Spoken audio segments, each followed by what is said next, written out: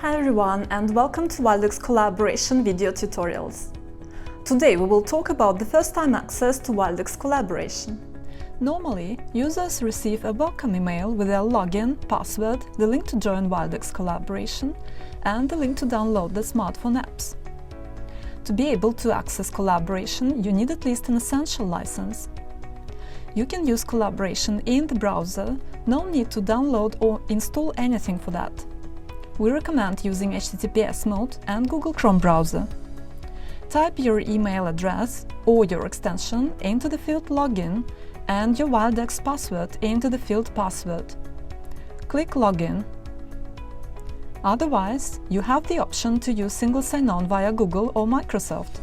In this case, you can use your Google or Microsoft credentials to log in.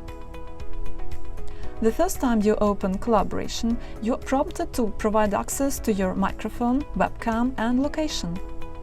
You can change it later on in your browser settings.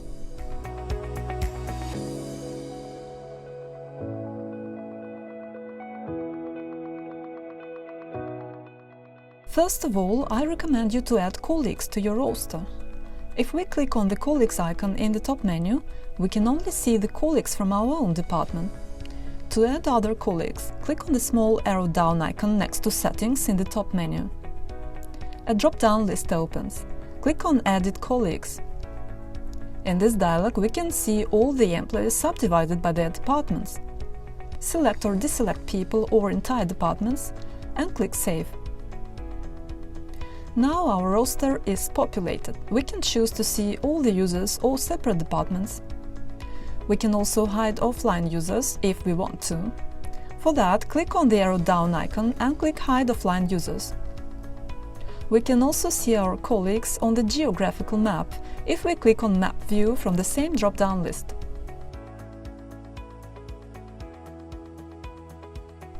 From the Colleagues menu, you can start a conversation with any of your colleagues. Right-click on a user to start a chat, call, send a post-it, call me back, etc. Let's start a chat with one of our users. Once we double-click on a user, we find ourselves in the Chat tab and we can start typing our message.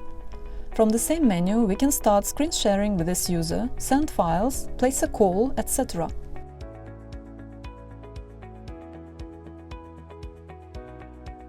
All of our recent chats appear here in the left-hand section of the screen.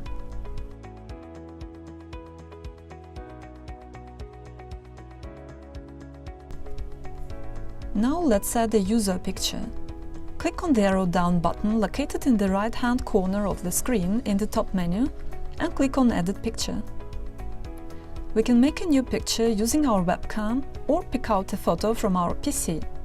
Resize it if needed and save.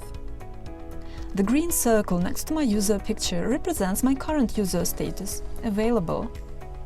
From our Colleagues menu, we can easily see the present status of our colleagues. Red means Do Not Disturb, yellow means Away. Handset means that the user is talking on the phone or receiving a call.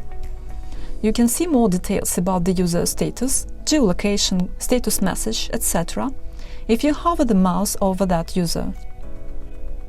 Now let's see how you can set up your own status and status message.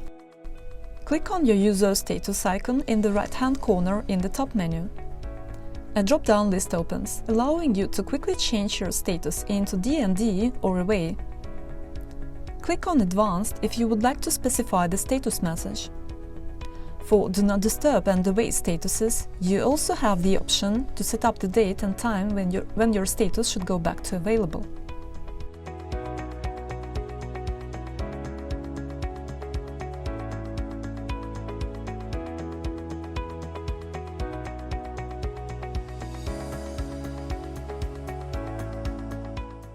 In the top left-hand section of the screen, there is an input field. To place a call, type a phone number into this field and click on the green Call button. Next to the Call button, there is an option allowing us to select the device for calling. Web means that the call will be placed directly via the browser. Thanks to WebRTC, calls are natively supported by Wildix collaboration. You can change the active device. Click on Web to view all of your available devices. You can also use the input field as a search field. Start typing a name of a contact or a colleague. Otherwise, click on the microphone icon to use the voice recognition option. All the matches found in the shared corporate phone books appear in the drop-down list. Hover the mouse over the contact to view the available options and click on one of the phone numbers to place a call. If you have any external audio device connected to your PC, such as a headset, you might want to first go and check whether the correct audio device is selected. For that, click on Settings in the top menu. Then select Web Phone in the left-hand panel. These are the settings for our web phone. You can select the microphone, the webcam, the speakers that you would like to use. And you can do an audio test to make sure everything works as expected. We have now started an outgoing call.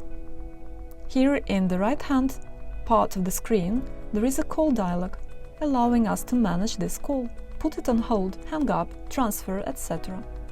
The same call dialog opens when you have an incoming call.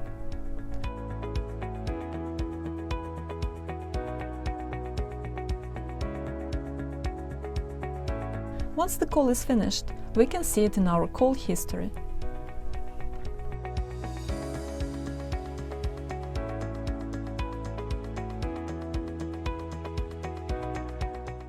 And finally, if you need to access some basic settings, such as language, click on Settings in the top menu.